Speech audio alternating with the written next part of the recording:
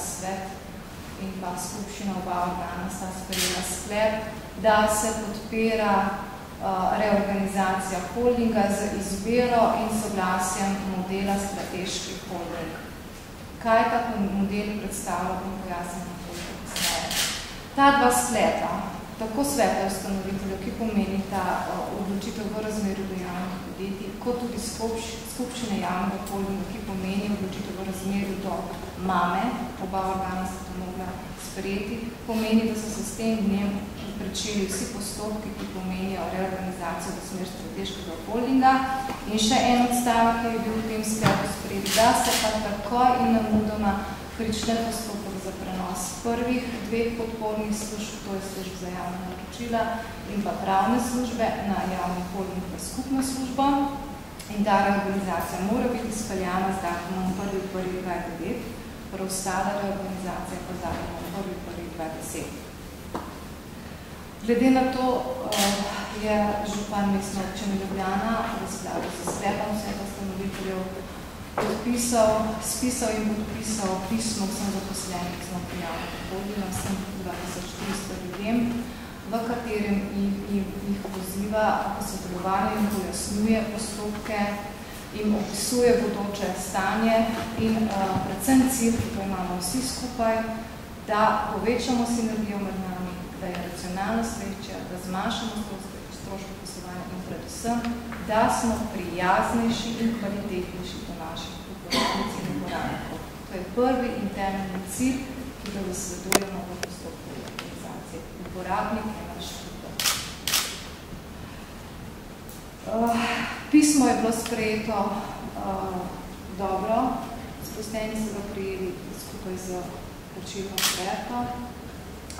Jaz nimam nobenih pripomb, nobenih slabih, negativnih odzivov. Enako dobro so pojasnila sprejeli tudi sindikati in sveti delavcev, ker namreč postopek v skladu z zakonodajo poteka na način, da najprej seznaniš organe, ki predstavljajo zaposlene, to je sve delavcev in pa sindikati.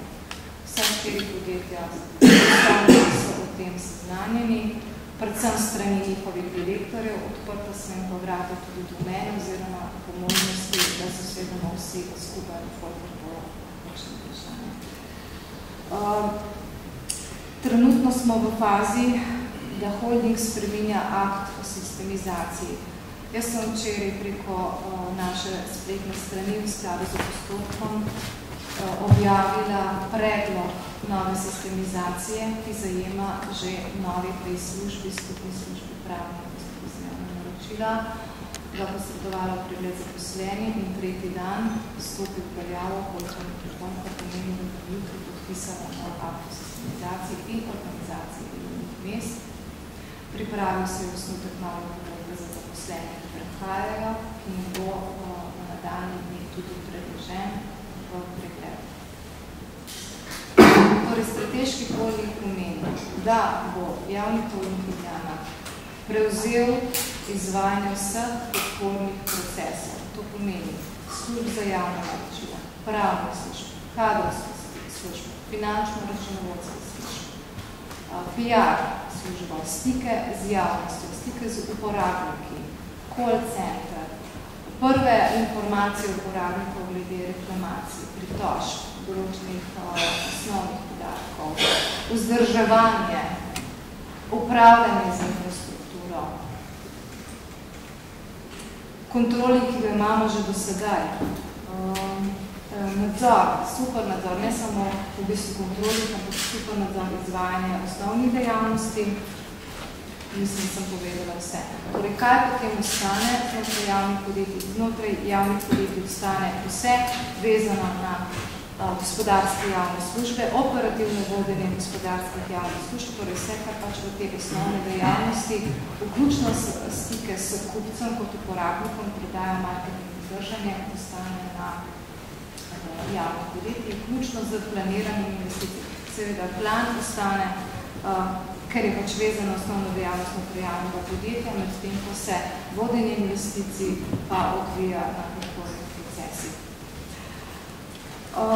Kot veste, verjetno že tudi z medijev, če spremljate uradne liste in pa portal javnih naročil, ste lahko videli, da smo 3. oktobra objavili tudi javni razpis za oddajo javnega naročila po odprtem postopku, s katerim izbiramo izvajalca, ki bo izdelal in implementiral model strateškega holdinga preko povezovanja in poenotenja podpornih poslovnih procesov z vzpostavitvijo ustreznega informacijskega modela.